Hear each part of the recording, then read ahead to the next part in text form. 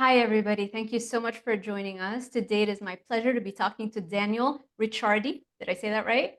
You did actually. One Awesome. of the few. Oh, good. I'm getting better with names. You have an amazing story with healing your SIBO. Can you share a little bit about that? Because as we were talking before we started, a lot of the clients that we see, it's so common that it seems like everybody has SIBO. And everybody thinks that it's very difficult to treat, and I don't find that to be the case. So coming across your story, seeing how you can still include so many foods, like not everybody has to be strict carnivore to heal SIBO. And I think that that gives a lot of hope to a lot of people look and seeing that they can do it in so many different ways. So thank you for accepting my invite, and let's tell people a little bit about your story and about your background. Absolutely. Well, Sarah, thank you for having me first. Happy to be here and sharing my story and helping however I can. So my story with SIBO, this goes back to 2011. I was in my third year of pharmacy school. So doing grad school, going to become a pharmacist, work a pharmacist job. There's one random day, everyone that lived in my house, there was four of us. We just got like violently ill with, we thought it was food poisoning. So really bad symptoms, as you can imagine, just throwing up a lot, like loose stools. It was horrendous pain. But then 3 or 4 days later, we felt better and kind of just assumed everything's good after this. But 3 to 6 months later, probably, I just started feeling really uncomfortable in my digestive tract. It was a lot of bloating, which I hadn't really had before, and then just being really gassy, like basically after anything I eat in the morning, like just farting constantly. Which, Mm. if you're in a classroom, people are going to hate you, not really going to be an enjoyable person to be around. I'm like, I'm sorry. Right. I don't think it's anything I'm doing, but I don't really know. So Yeah. that persisted, graduated pharmacy school, and just got on with life. And the symptoms were kind of just there, had bloating and gas, but I could still kind of like go about my day, do stuff where it wasn't like debilitating. So it kind of just kept going on for about 8 years. And then finally, yeah, this was 2019, toward the end of the year, I was like, I gotta figure this stuff out. Like, I don't know what's going on with it. So I eventually talked to a functional doctor, and he introduced the concept of SIBO to me. And keep in mind, I'm a pharmacist for 10 years, and I don't even know like what this is or haven't even heard this concept. Haven't dispensed rifaximin maybe one time, but as you're going through the pharmacy, I used to work at a major retailer where you dispense stuff, and it's just kind of like rapidly going through, and you're not really like thinking about that kind of thing. So talk to me about SIBO after like hearing my symptoms and everything that I was doing. And then I was like, oh, this actually sounds like exactly what I have. So did a lot of research, fast forward, got that healed up, and I was like, wow, I can eat what I want. I'm not farting constantly and bothering everybody. I look way better, like not bloated. Like I've always felt like I was in like pretty good shape. I've always loved working out and being healthy, but with bloating, you just look like Yeah. physique wise way worse. And I Yeah. noticed, I was I like, love that picture that you have pinned on your Instagram. Like it's just amazing difference. Like you're shredded now versus when you're bloated. It looks, just I mean, yeah, like you said, you were never overweight, but a massive difference between the two. yeah, I mean, keep in mind that's like a 10-pound difference. So I was like a little bit lighter, but from picture A to B, you know what I mean? Like not what you would think. So it just looked way worse with my shirt off, which like confidence wise, that really sucks if you're trying to like be outside at the pool or go on dates and stuff like that. So yeah, that kind of like takes us to where we are now. And I transitioned from pharmacy to helping people specifically with SIBO in my online program, SIBO Shortcut, just because it hits near and dear to my heart. It affected me for a long time, physically, but also like mentally, just not feeling good. Helps Yeah. lacking confidence. So Yeah. fixing SIBO definitely, it ties into all those things. I strongly believe that. So if I can help other people do that, that's where my focus is right now. But yeah, Nice. that's a little background. And before I ask you specifically what you did to eliminate all symptoms of SIBO, SIBO or SIBO, I sometimes call it SIBO, and people correct me all the time, but I think you can say it either way because I've heard it said both ways. Yeah, it's just an acronym, so I don't think it's technically has to be either way. I've Right. just said SIBO. I don't probably just because I heard that or something. I'm not sure. Yeah, I think they both work. Um, so before we dive into exactly what to do, can you share a little bit about your experience in pharmacy? Because it was the same for me, like traditional academia, nutrition, dietetics, and then up to a PhD in exercise physiology and nutrition, like just a very like decades in traditional academia, and not once did I hear the term SIBO or SIBO. And and the whole functional medicine world, like all this stuff was self-taught, because I was trying to deal with my health as well. So that's when I decided like I can't work within the system. Like I wouldn't last a day. Did you feel similarly as you were diving deep into functional medicine and figuring out how to fix your gut health? Did you feel a little bit of kind of disconnect between your job as a pharmacist and all the stuff you were learning? Yeah, big time actually. I think when I started learning functional medicine, which was around the time I was doing my SIBO treatment, the more you learn, it's kind of like pulling on the thread where you see, oh, like you have a skin condition with eczema. Like it's not necessarily just related to your skin. And having a disease isn't necessarily taking a prescription is the only way to go about fixing it. And for me specifically, like going to pharmacy school, I know for a fact SIBO is not mentioned. This was back in, I went 2008 to 2012 grad school. It was, you have IBS, but the only issue is there's not a cure for IBS. It's just kind of like, oh, Right. well, you have it, so you have to manage it. And looks Right. like it's too bad for you. And so I'm like, all right, that kind of Yeah. sucks. But if that's what it is, you know, there's Yeah. obviously something to be said. Certain conditions are far worse than others. Like for me personally, like compared to other people, I have it pretty good, but it's still a major annoyance trying to go throughout your day and enjoy it. So, um, yeah, I would agree. I definitely saw a major disconnect when I started doing the functional medicine stuff. It's like there Nice. has to be other approaches, at least to chronic illnesses. Acute Yeah. infections and getting sick, completely different a lot of the time. But yeah, Yeah, yeah, of course. It's just you can't help but look at, how the mainstream traditional model of medicine operates versus like a 180 that the functional medicine world does. So let's talk about what are the things that have helped you, and then after that we can talk about how would that translate to helping your clients, or is it exactly the same thing that could help everybody, or we were talking to some clients who are on a carnivore diet and kind of contrasting, does everybody have to go on carnivore to treat SIBO or not, and what are the other options?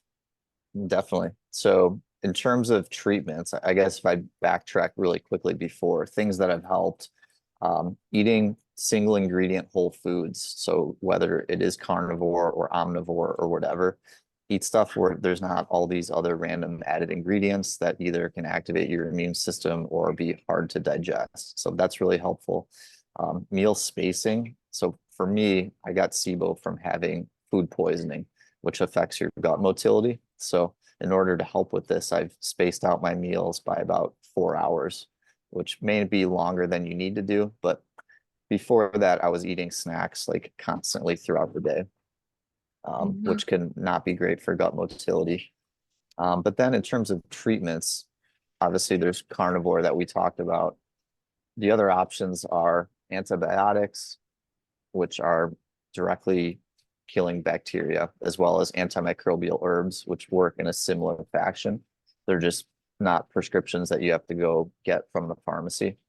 And then the other option too is what's known as the elemental diet. So the elemental diet is it's a special type of powder. They basically take the nutrients from food. So instead of having a protein that's complex. They break it down into amino acids. They break down a fiber or complex carbohydrate into a simpler, more similar to sugar. And then the same thing with fats. So it's basically all the nutrients that you need in their most simple broken down form. And this is relevant because it's able to be digested in the very first few feet or 1 meter of your small intestine. So small intestine, about 20 feet long or 7 meters, depending on where you look. So the elemental diet, the idea is all your nutrients, you're absorbing them in the first 10th or like 1/5 of the small intestine. So the bacteria that are further down in the small intestine aren't able to get nutrients. So it's kind of like the starve them out approach, similar to carnivore. Right. Did you personally do the elemental diet and help it helped you personally? I've never done it. Back when I did my treatment, I did antimicrobial herbs. So I got some info from the holistic doctor I talked to. He didn't tell me what to do, which would have been really cool. So I took a bunch of antimicrobial herbs, probably more than I needed to do. But fortunately, even though it was not pleasant going through it, it ended up working. Like allicin, berberine, those kinds of herbals that are usually prescribed, right? Exactly. Yeah. Yeah. I have an old YouTube video that I made where I talked about it. So I did berberine, garlic, this other supplement that helps for methane called a transil. I took neem, and then I took colloidal silver as well, which I don't typically recommend people do now, just to be transparent on that. And then, yeah, a few other supplements like N-acetylcysteine. Why not the colloidal silver? Colloidal silver, there could be other side effects. Like if you take the wrong type and you take too much for too long, it can actually turn your skin like this like grayish blue color, which I don't want anybody ever to experience. Right. So I there's, remember watching a story about, I think it was a couple who they were obsessed with doing that for some detox or whatever, and then they literally turned silver and they were never able to turn back their color. yeah, he'll have you looking like one of the Avengers out Yeah. here permanently. It's not what you want to be doing. No, that's So crazy. Okay. So a little side note, a client of mine, um, we were working on her SIBO, and before she went on with like my recommendations, like let me try the elemental diet. I was like, okay, fine, let's try it. It's not gonna hurt. It's a couple weeks, I think, or whatever. She bought it, and I had already recommended that she get the food marble air too, that it's like an at-home device that measures your levels of methane and hydrogen to see if you have fermentation or not. Basically, symptoms of SIBO. And on carnivore, she was doing like great on it. The decaf coffee elevated her levels of the gases on the food marble, which was very interesting to us. And then when she got the elemental diet, this stuff has like maltodextrin. It's got stuff that will spike, your sugars. It's got stuff that isn't very well digested. It shot her numbers to a 10, like from 0 to 10, 0 being like you have no fermentation and usually you have no symptoms of SIBO, and 10 is the worst. You have bloating, farting, burping, all kinds of different symptoms. It shot it up to 10. She was like, that's it. After 2 days, she quit. And she had spent like dang. $500 on it. Yeah. Yeah, it's tough. I know it kind of depends on the person and the type of elemental diet. Because obviously, like you said, there's some with maltodextrin, others that don't have that ingredient. It might depend if you're SIBO and you have a bacterial overgrowth in the very proximal portion of the small intestine or the beginning, where it's supposed to be absorbing all that sugar, then Yeah. you're essentially dumping it into that area and can have a lot more fermentation. So if you did a full breath test and you had a high level of gases right in the beginning of the test, like in the first 15 or 30 minutes, that may not be a good option. It's kind of an indicator that you might want to do something else, because key thing to note, absorbing beginning portion of the small intestine. Yeah. But Okay. So to recap, what you did, you took like a kitchen sink approach, took all the herbal yes, antimicrobials, and then you space out your meals, right? Yes. And what are the other things that are like major things? So just so that people have that list in their mind.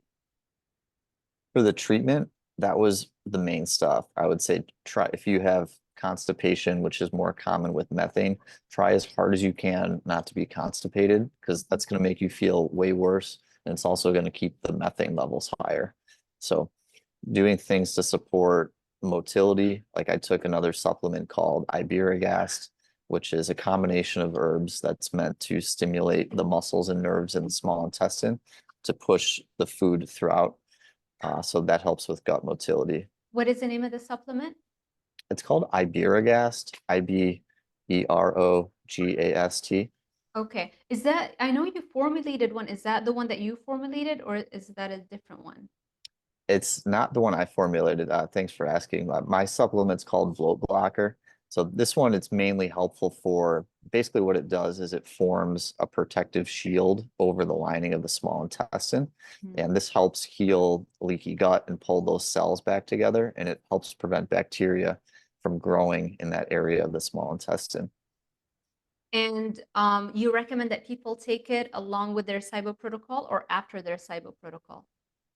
Right now, I'm having people take it after the SIBO protocol. There's a Okay. little bit of evidence showing that those active ingredients can help reduce hydrogen SIBO, although it's only been done in one study and the numbers weren't really drastically reduced. So I can't really confidently say it will help you in the treatment portion. But Right. in terms of gut healing afterwards, it seems like it's very helpful for both that and getting rid of symptoms such as bloating and then both diarrhea and constipation. So it prevents the biofilm. Is that how it works? Yeah, it's actually a biofilm. It actually forms a good type of biofilm over, which can prevent a bad type of biofilm that's formed by the bacteria. So, Nice. yeah, Okay. I will make sure I listed below. Of course, all of your socials are going to be listed, but I'll also make sure that I list the direct link for the supplement so people can check it out. We thank mentioned you. motility. Yeah, we mentioned motility, right? That's a really important topic. And do you have information on like the vagus nerve? And I know because I've been doing a lot of research on that, and I'm seeing sometimes or a lot of times people might think that it's their diet and like I can't eat fiber and like if I have a cup of vegetable like as if all of a sudden now that's the worst thing in the world to have. And then you realize, is it really that you can't handle any amount of fiber, any amount of plant foods, or is it that your vagus nerve has been damaged? And I've been diving deep into the research and showing like people who have long COVID, for example, because viruses can damage nerves to a certain degree. So this is a subset of the population that may have gotten the COVID infection, but then they reacted a little bit too strongly, and that led to damage to their vagus nerve. And the vagus nerve is what controls motility of our gut. And so they looked at how restoring the motility of the vagus nerve completely eliminated um, long COVID. I think the study was done on Wow. nicotine. Yeah, because nicotine, people like take nicotine lozenges or gum, Yeah. not cigarettes. We're not talking about the bad kind of nicotine. We're talking like purified nicotine. What it does is it stimulates acetylcholine release and it triggers the vagus nerve because the vagus nerve mainly releases acetylcholine, and that triggers the motility of the gut to start working. And all of a sudden, you see these clients. They thought they could only eat carnivore. They thought they couldn't handle any amount of plant foods, any amount of fiber, and now all of a sudden you trigger their vagus nerve, and all of a sudden they're not constipated anymore, zero SIBO symptoms, no more reflux, because that's another major, symptom of SIBO. Psoriasis has been shown to be cleared completely just by triggering the vagus nerve. So it's not so much about like what the diet is, as long as like I think it's a normal, healthy diet. If the vagus nerve starts working correctly, it feels like so many things that we ascribe to gut health are just like vagus nerve dysautonomia. So I just find this stuff fascinating. I don't know if you have any input on that or some experience with that.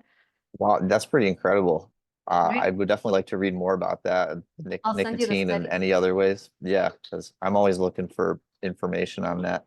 Yeah. It's a good question. I haven't done any videos specifically on vagus nerve. I do talk to people about like deep breathing and making sure you're not doing anything really stressful while you're eating, just to help with digestion and more digestive secretions and Mm, anything else that basically calms them down. yeah. Um, And but no, it's this is where it would work very well because like you know how you have sometimes those clients where they have to take all the digestive enzymes and they have to take the bile and the HCl and all the stuff as if their gut isn't working.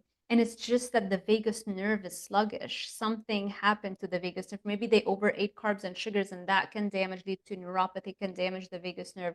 Or maybe they just naturally don't release as much acetylcholine as others, you know? And so triggering the vagus nerve sometimes can eliminate the need for a whole host of all of those enzymes and digestive support and all that kind of stuff that people kind of are trying to take to stimulate their gut, but they're not really targeting the root cause of that. So I find those like doing it that way, I find that to be very, very helpful. I've had success stories with that. And that's what's like, whoa, I stumbled upon something here. I'm definitely gonna have to incorporate that and try that. Yeah, I'll send you the studies. I think you're going to be fascinated when you start looking at it from that area. And I'm not saying like people shouldn't take any digestive enzyme. I think everything that's helpful, that's great. But I find that when we kind of figure out what the root cause is, it's always far more powerful than trying to patch with the symptoms, you know? Oh, absolutely. Especially if it's something like that where they don't have to take an additional supplement anyway, which Right, nobody's really looking to do. right, right. Nice. Okay, so we talked about motility. Let's talk a little bit about the carnivore diet. I was actually one of the very few dietitians, I mean, still, I guess, very few dietitians in the world that talk about the carnivore diet. And I think that led to me being cast on the first ever TV show on the carnivore diet called Reverse TV series. So we were flown to Costa Rica and we filmed over a few days a series. Yeah, it's really cool because the director, Charles Maddox, he's actually the nephew of Bob Marley, the late Bob Marley. Oh, no kidding. Okay. Yeah, super cool. So Charles, our director, was very interested in the carnivore diet. And so he's like, hey, let's do a documentary on that. And so he took us all to Costa Rica. It was a great experience. And so this is one of the reasons, I guess, why a lot of followers that I got were, you know, within the carnivore community. And I have posted a lot of information on carnivore and specifically on how carnivore can normalize methane and hydrogen levels. In other words, can cure SIBO if you look at a cure as no more hydrogen and no more methane, you know, no more symptoms, you know.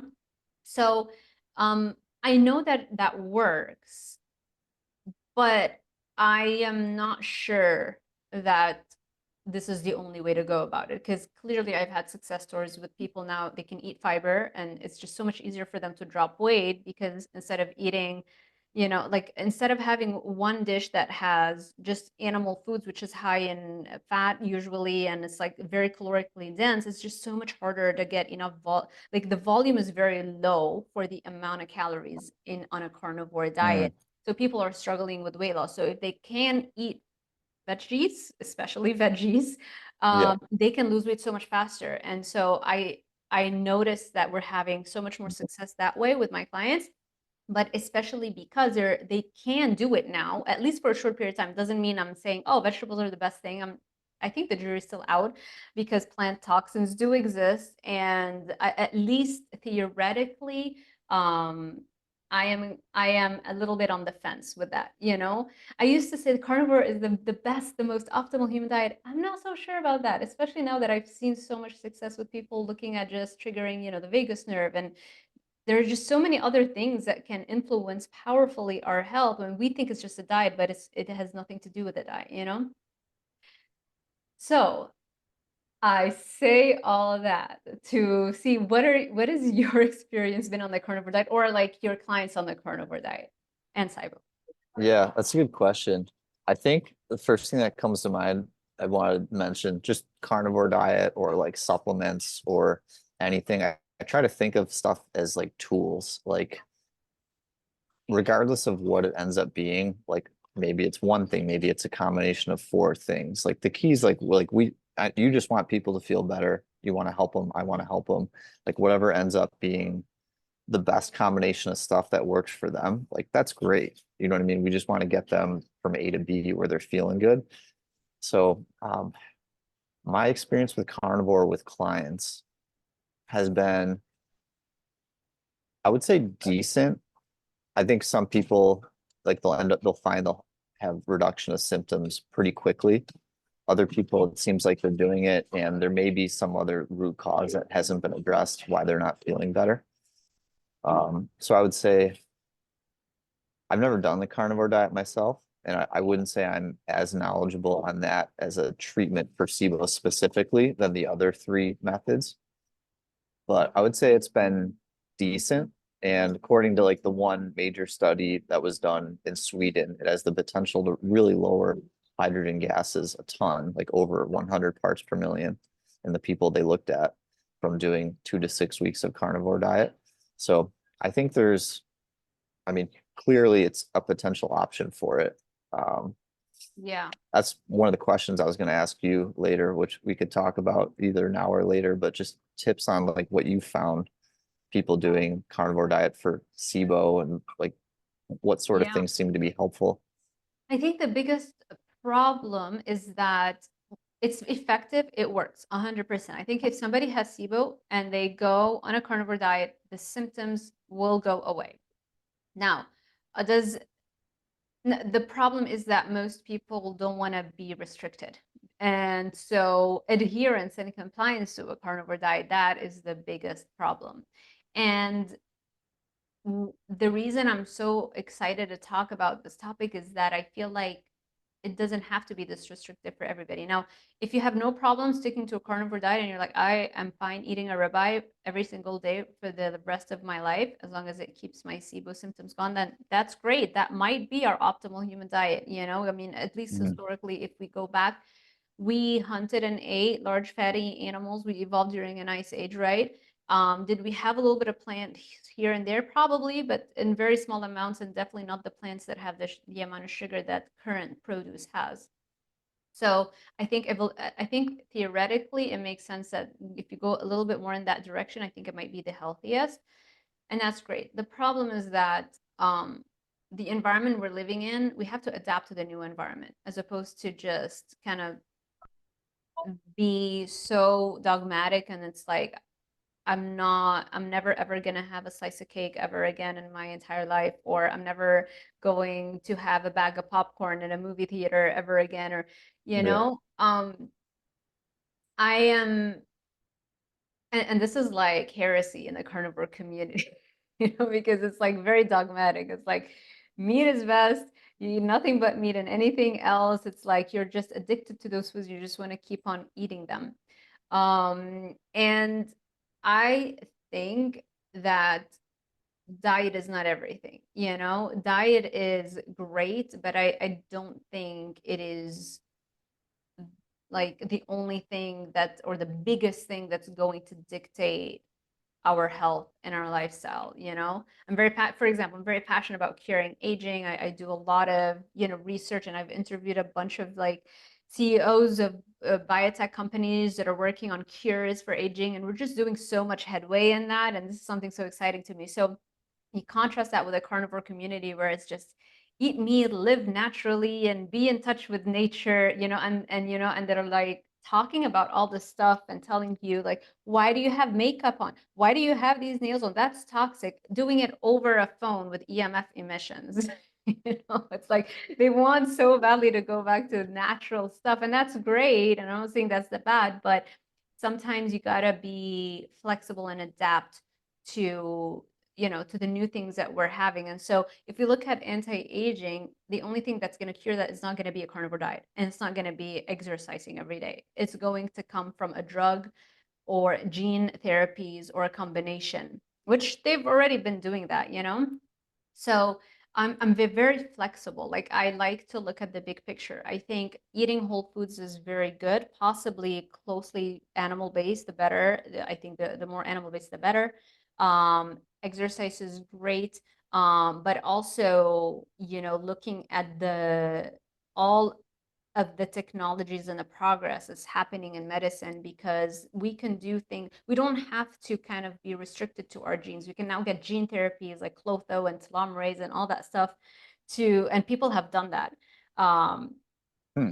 to actually start reversing our age. Like you can look at Brian Johnson, he has a YouTube channel where he documents himself like flying and getting those gene therapies, and he's measuring everything. I interviewed Liz Parrish, the CEO of BioViva.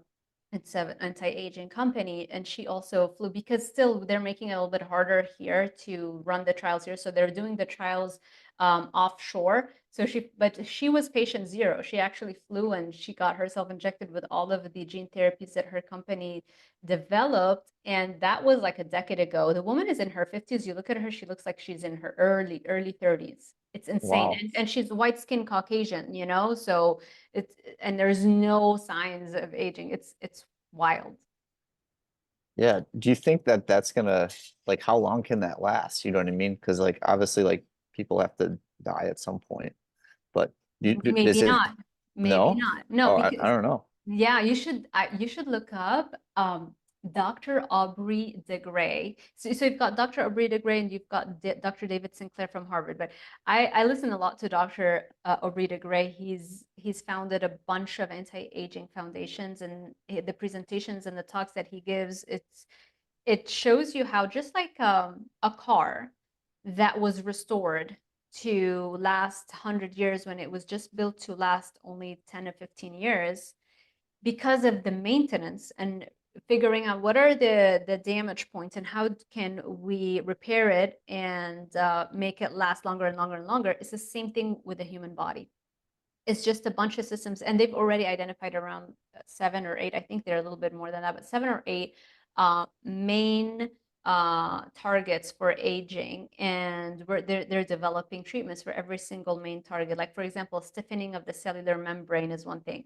The reduction into telomere lengths. You know, the caps on our DNA, they start shortening with every time the cells replicate.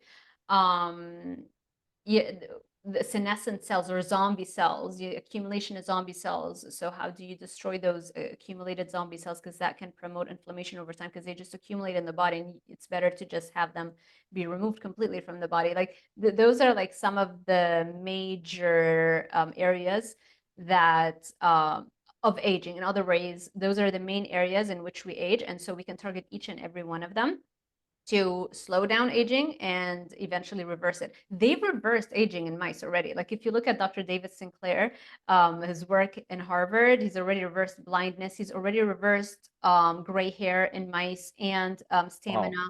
It's insane. I mean, there's the videos I would show them when I used to teach Miami-Dade College before I was making enough money just from YouTube and all that stuff, and I would show them the mice, the one that was treated with NMN, which is a precursor for NAD plus, which is that Oh molecule yeah. in cells, yeah.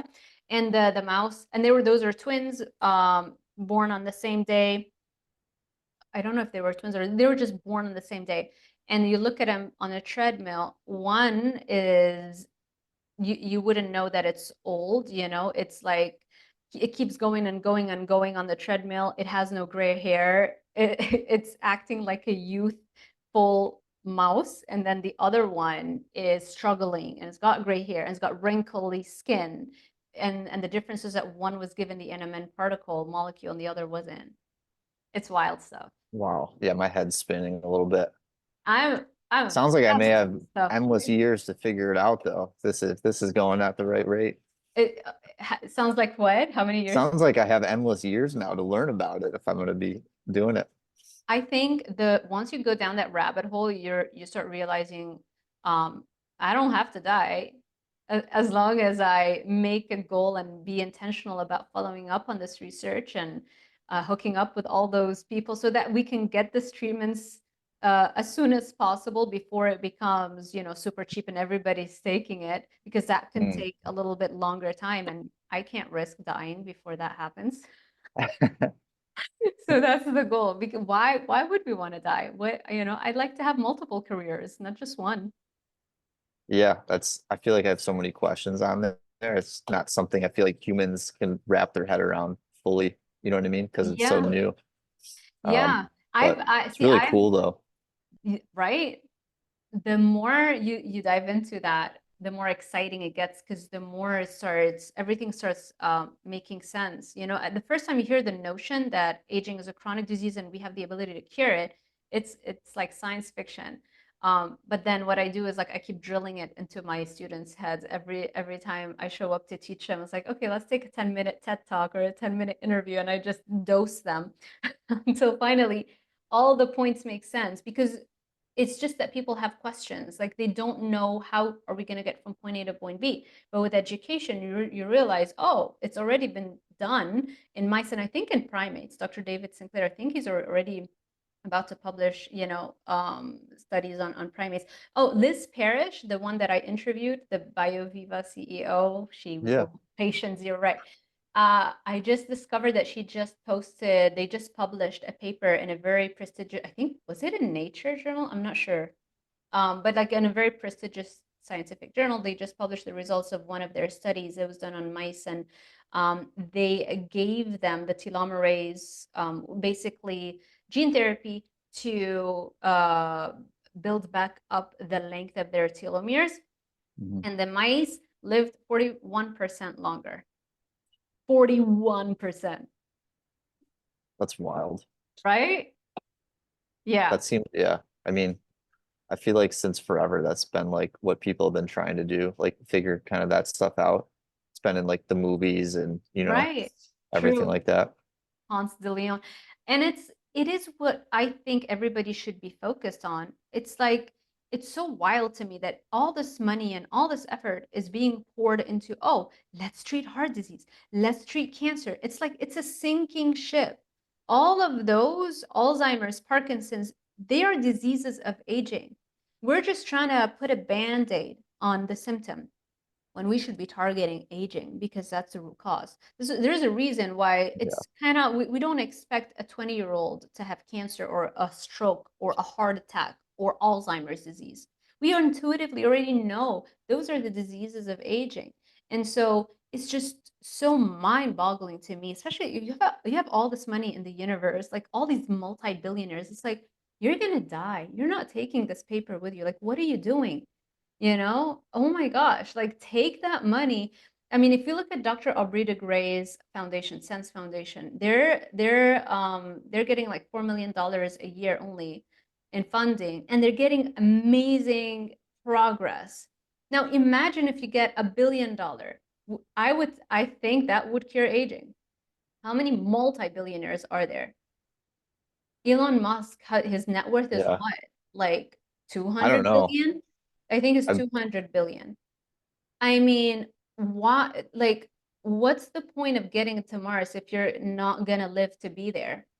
Like, you're aging first, and then we'll get to Mars. What's more important? It's like priorities. It just blows my mind. But anyway, maybe it's just people aren't aware of the knowledge of the progress is being made in that, and that's why they feel like it's not even on their radar. Yeah, that's a good question. I mean, obviously there's a lot of money to be made in treating, you know what I mean, like heart disease, all the other diseases. So, Yeah, I'm not saying that that is the reason, but you know what I mean? Like there's definitely interests that stand to yeah. lose a lot of money, like that, like you said, if people don't have these diseases. It's So, I think it's ignorance, I really do. Like, because the more you educate yourself on what's being done in anti-aging and longevity research, you can't help but be super excited and driven to cure the root cause of everything. But if you're just so myopically focused and you only listen to the cardiovascular seminars and you only look at the cardiovascular scientific journals and you're just so myopic in your focus, yeah, of course you're not gonna expose yourself to the bigger picture, to what's more important, you know. But yeah, yeah, let me not cancel myself. Let's be nice. Okay. So we talked about carnivore, we talked about gut motility. The gut motility thing, something in one of your YouTube videos, I think is really important to share with our audience is that any amount of calories that you consume, you mentioned, is going to prevent the motility. Can you share a little bit about that and about the importance of fasting for it? Yeah, so in your small intestine, there's a system known as the migrating motor complex. It's basically you have muscles in your small intestine and you have nerves, and they work in a coordinated fashion when you eat to kind of squeeze the food throughout the small intestine. You can kind of think of it like if there's a little bit of toothpaste left in the tube, you're squeezing the end of it, and then the next portion, and then the next portion, and it's getting moved throughout the intestine. So after you eat, this migrating motor complex system basically kicks in. Food goes into your small intestine and it starts squeezing its way through. The kicker, the thing to know is the migrating motor complex, it's only going to start working on doing that sweep, squeezing that toothpaste bottle when you're fasting. The moment you start eating a meal again, you start, you know what I mean, you grab a bag of chips and you start eating it, your body says, wait, we're not clearing the small intestine anymore. We need to focus our effort on digesting again. So that sweep that was being done, it just gets deleted and stops right where it was. And then it starts all again when you're done with eating the bag of chips, the sweep starts again. So the issue is if you're doing this over a long period of time and maybe you have a food poisoning thing like me where you already have motility that's a little bit slowed, you can eventually have bacteria basically staying in the small intestine or even traveling back from the large intestine into the small intestine. And because you're not squeezing that toothpaste tube all the way, this can end up leading to SIBO. So that's a big reason why the motility is really important.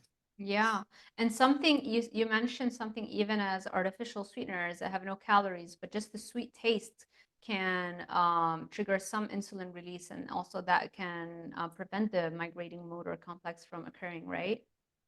Exactly. Yeah, I mean, your body, if it has something like sucralose, it looks like sugar and it tastes like sugar. Your taste buds taste sweet. It's connected, you know what I mean, to your digestive tract. And yeah, it's a common reason why you can even get low blood sugar, even if you're eating like something like sucralose that doesn't have any sugar in it. And your body thinks that you're eating. What about dark black coffee?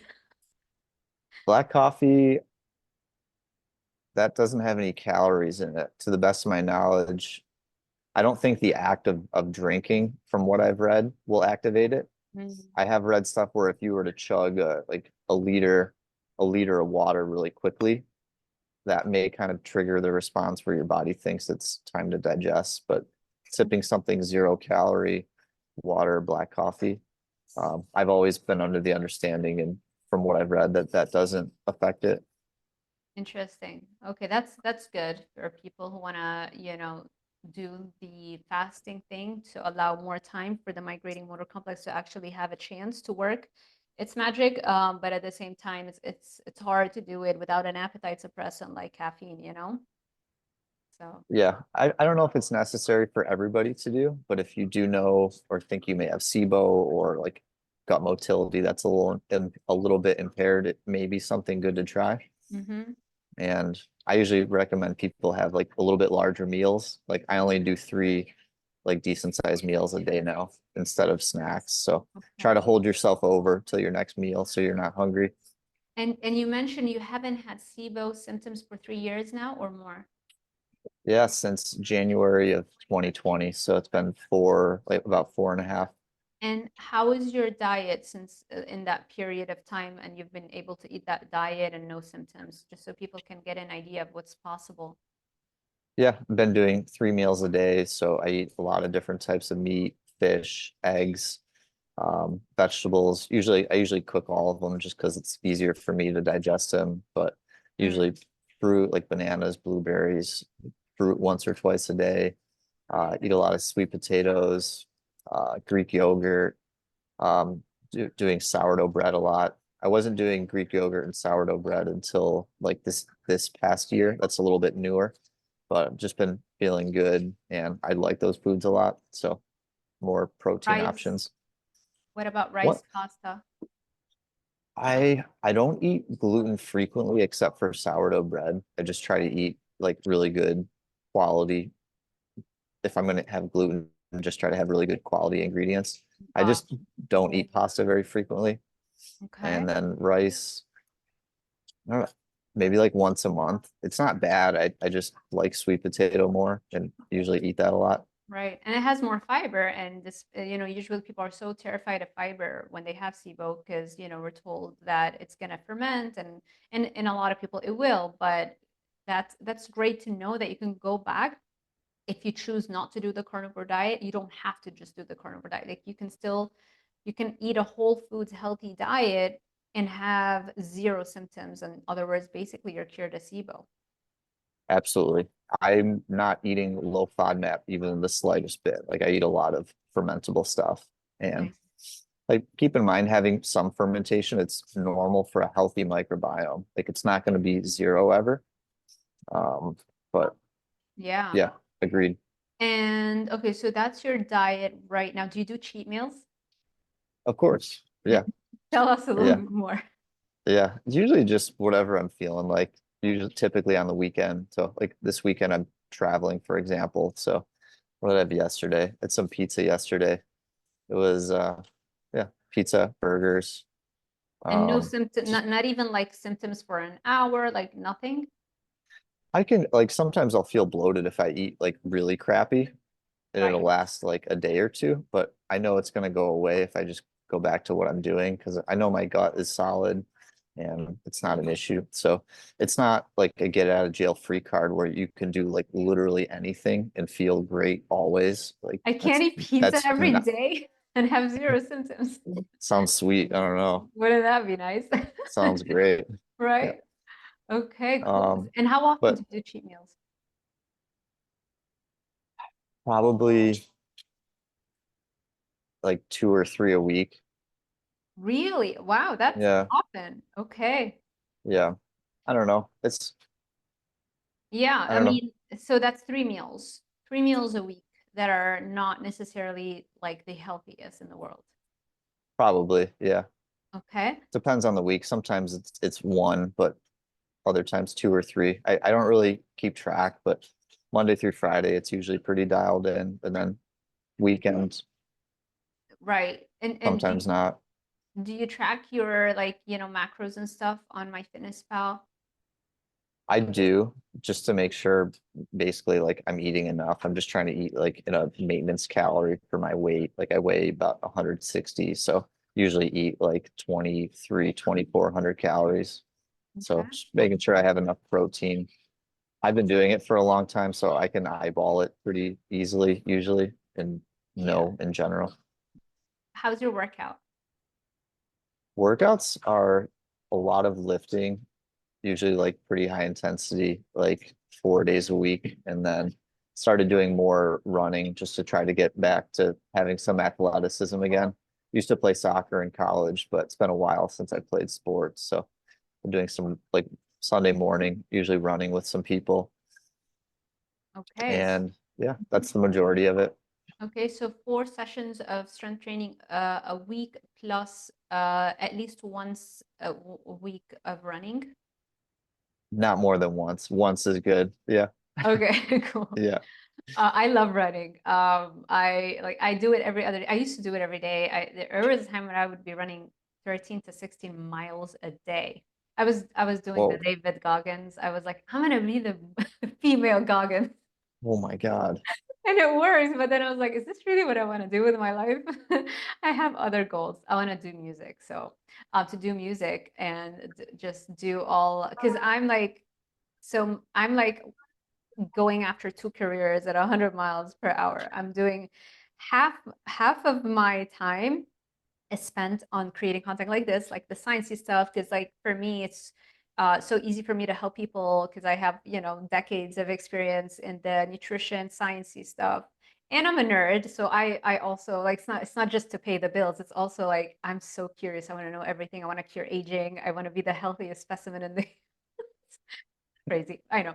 So anyway, that's I half of love it. my time. The other half is music, and creating. And I've especially this year, really things have started picking up. Like I have, I think, 7 so far. I think I have like 10 or 11 songs on Spotify. 3 of them are under a different name, and then the rest are under my name right now. But I think I figured out what my musical name is going to be. I'm not going to share it just yet. So because to do all that, like it's I wake up, I get to work. So I only do 1 hour of workouts now, and it's every other day is running, and every other day is strength training. So, but every day I'm working out. And yeah, so I can't run. It's just running 16 miles a day. The amount of time it takes me, and then to recover, it's like that doesn't feed into what I really want to do with my life. So that's why I stopped doing that. Yeah, that's intense, man. That's But like it, that's yeah. hours. Yeah.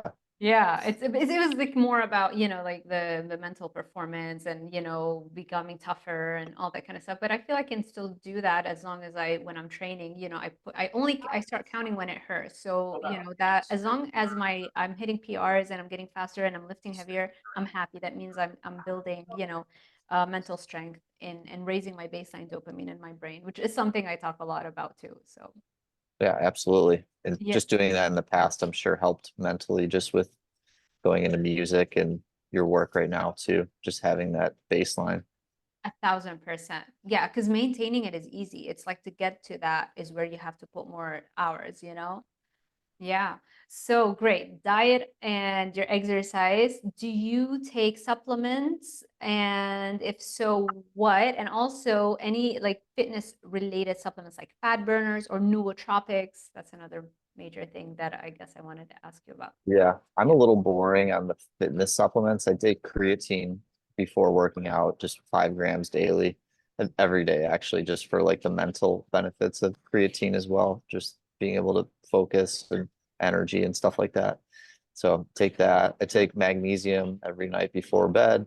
Magnesium's a really easy nutrient to be either insufficient or deficient in. So take about 450 milligrams of magnesium glycinate. I It take, doesn't cause you constipation because when people hear magnesium glycinate, like be careful. Some people, especially if your vagus nerve is sluggish and you already tend towards constipation, that could cause constipation in some people. So if you are one of those people, magnesium citrate or taurate or a mix between citrate and glycinate might be helpful. I find that is very common. A lot of people like, oh, they just go and they get magnesium and then they get constipated and they don't know why. yep, I agreed 100%. Citrate much better if you're having issues moving your bowels. Yes. Fortunately, I haven't had that come up. So, Nice. yep. Okay, so creatine, magnesium. Just a good multivitamin, a Thorn Basic Nutrients 2 a day, it's called. There's just active formulations of each of the nutrients in there. So it's one I've liked for a while. Okay, okay. And otherwise, the only other thing, I take a ginger root supplement once a day. It's a little bit of like a prokinetic type thing post SIBO, but it also helps with digestion, with clearing the stomach out a little bit quicker after eating. May not be completely necessary, but I've just been doing it for the past 4 years since doing my SIBO treatment. So it's it's cheap, safe, in the routine. I've kept it. Okay. The only thing I would say to that is if you have SIBO and it's causing you symptoms like reflux, ginger might weaken the LES, the lower esophageal sphincter, and it could, maybe I'm not like, you have to try it out, but it could potentially exacerbate the reflux. But that's only if your SIBO symptoms are being expressed as reflux. That is true. That's definitely something to be aware of. Yeah. Yeah, I've fortunately haven't had that, but yeah, well said though. awesome. And what else? Well, supplement wise, there's no other workout supplements. That's really it. Nootropics. I guess creatine could be classified as a Yeah. nootropic. Nootropics, for people who don't know, are smart drugs. They help you focus.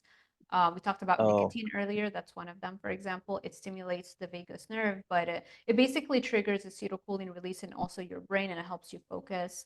And apparently everybody is on it. Everybody is on it. Yeah, I actually haven't tried that. Yeah, just black coffee and then collagen, multi-collagen peptides, Okay. also something that I take. But I think that's it though. And no fat burners like yohimbine or whatever. I guess that would be helpful for if you are competing for a bodybuilding show or you want to do a cutting phase or something like that. But if you're Hmm. just maintaining, there's really no reason. Yeah, nothing along those lines. I don't think I've ever tried one of those. Yeah. Yeah. Okay. I listen to a lot of bikini competitors, like in bodybuilding, you know how they have the bikini division, which is you're supposed to be able to win in that category without having to take steroids and stuff, but everybody's taking because it keeps getting more and more competitive. Yeah, they started the bikini division back around like 2013 to open up so that more women will be interested in the sport of bodybuilding because normally women when they think of bodybuilding they think of a woman all juiced up and you know like I don't want to look like I want to maintain like a feminine look, you know, not because not everybody wants to look like that. For those who want, that's great. It's a lot of, you know, I'm sure it's great to have that goal and win in it, but I feel like a lot more women tend to want to maintain like a more feminine look. So in order to, Mhm. you know, kind of draw those people in, they opened up a new category, which is the bikini division. So you have the bodybuilding, and then you have the figure, and then you have the bikini division. The bikini division is the one that's like kind of like the easiest, which means you don't have to have as much muscle, and you don't have to be as shredded as the bodybuilding or figure division. Okay. And it used to be that you could possibly win without steroids or Clen or Anavar or any of those things, but it just keeps getting more and more and more competitive. And people are finding that, you know, if they just take all these fat burners and they stack them and they take, you know, extra caffeine, nicotine, PEDs, you know, performance enhancing drugs, Clen, Anavar, SARMs, I mean, all this stuff, they can just lose weight easier. And so it just become like a rampant use of that. Why did I Huh. start telling you all this stuff? Where am I going with Oh, this? I was telling you about the supplements I was taking, and you were asking me about like workout supplements, and then you Oh, asked if I did any like fat burner type right. stuff. Right. So, And then I'm thinking, he's thinking, why is she asking me about fat burners? And that's why I'm telling you about why I'm thinking about the fat burners, because I listen to a lot of those bikini competitors and they talk a lot about that topic. And so it was on oh yeah. my mind. I was like, let me ask him because I know you're into fitness too. Oh yeah, anybody that like working out or into fitness, it's something that's crossed their mind before, Yeah. for sure, you know, whether you've tried or not. I used to be very like, you know, clients would ask me, be like, no, you know, because that's kind of like what we've been brainwashed as licensed dietitians. And like when you go through traditional classic academia, you're usually taught by people who don't even know what fitness is. Like, you know, they like you can clearly see they're not fit, you know, or maybe they're lean, but definitely not fit. But a lot of times they're not even lean, you know, and they're, you know, teaching Yeah. nutrition and exercise physiology and all that stuff. And so I've always been brainwashed as like just follow what the Academy of Nutrition and Dietetics puts out, and pretty much all supplements are useless. And then you realize later on in real life that the people who are actually doing it and actually, you know, working on their physique and actually competing, what they're doing is like the complete opposite of what the, you know, just the academics are teaching, who are not really doing it. Because learning from a book, the theory, versus actually applying it, oftentimes you'll find that the theory is 99% wrong. And what works in real life is almost always the opposite of what we're told should work. And so, yeah, I feel like it's important to keep an open mind, especially if you have big goals, or you're in an Instagram and you're seeing all of these perfect bodies and you're thinking that that's attainable naturally. It's like they're not telling you the whole story. It's like, oh, just hard Yeah. work, exercise, and diet. It's like, well, everybody's been trying that and it's not working for them. What are you not telling us? Yeah, that's unfortunate. I don't like I don't care what anybody does per se, but at least if somebody asks, like admit like what you're Yeah. actually doing and not lying about it. So It's tricky because most of them, and I'm talking about like the perfect physiques that are like winning shows and stuff like that. And even not people, they might not be even competing, but just to maintain a certain physique so that they can have their business. Because if their business is fitness, you know, it's just so much easier when you look the part, right? sure. And so if they're doing illegal stuff, they're not gonna like they'll lose sponsorships, they'll lose a lot. Like everything is at stake. So I kind of understand it, you know, like when you have those actors that transform within like 10 weeks and they put on I don't know how much muscle. It's like, yeah, it's just hard work and dedication. It's like, oh, come Hey, on. chicken and Right. rice every day. Right. Like, all right, And they bro. and yeah, and so it's like if they come out and they tell you they were on this, they were stacking and doing cycles and juicing, like they'll never get a job in Hollywood again. All the sponsored posts and companies that you know they have Yeah, contracts with, they're gonna not want to associate their brand with that. So it's a tricky situation, that's a fair point. Yeah. I right? mean, What you, can you do? yeah, I don't know. Yeah, the acting one would be tough for sure. Right. It's like we Yeah. want to see like an action hero look the part, but then the moment people actually Yeah. know what it takes to get there, it's like, oh my gosh, you know, like that's not healthy. Well, duh. There's Yeah. nothing healthy or natural about looking that way, especially not in that short period of time. Yeah. It's too quick. It is.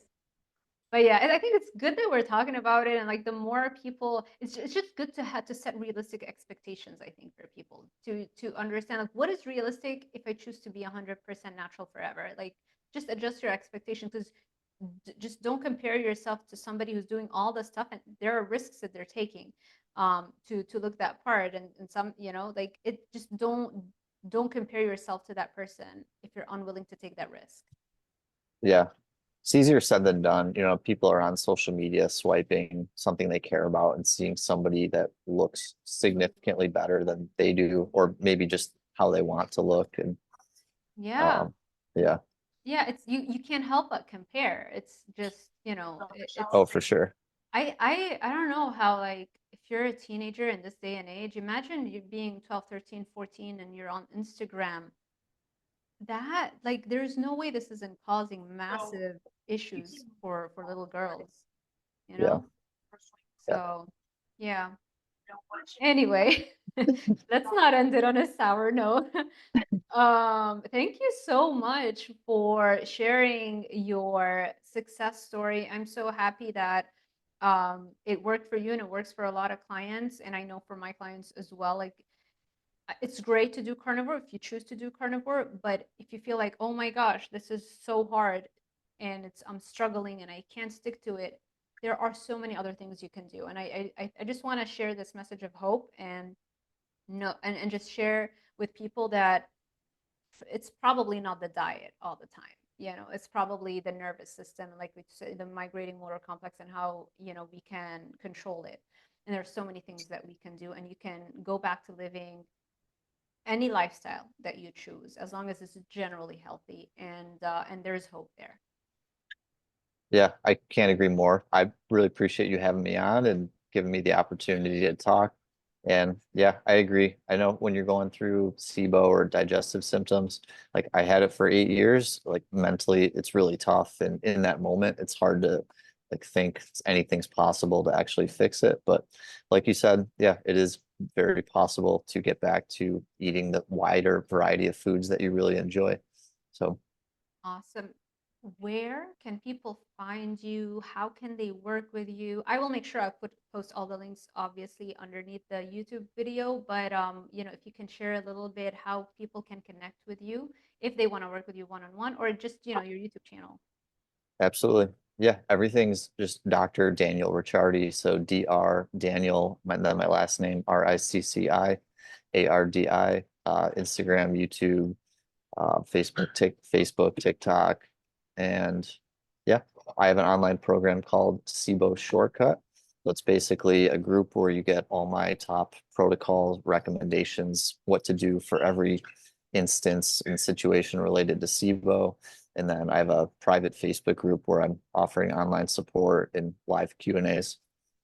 Nice. Awesome. Yeah, there you go. There you have it, everybody. connect with Dr. Ricciardi. And thank you so much, everyone, for sticking with us. I hope this was helpful. If you enjoyed this kind of content, make sure you give this video a thumbs up, subscribe, and hit that little notification bell icon so YouTube alerts you every time I post a new video. Thank you for watching, and I will see you in the next one.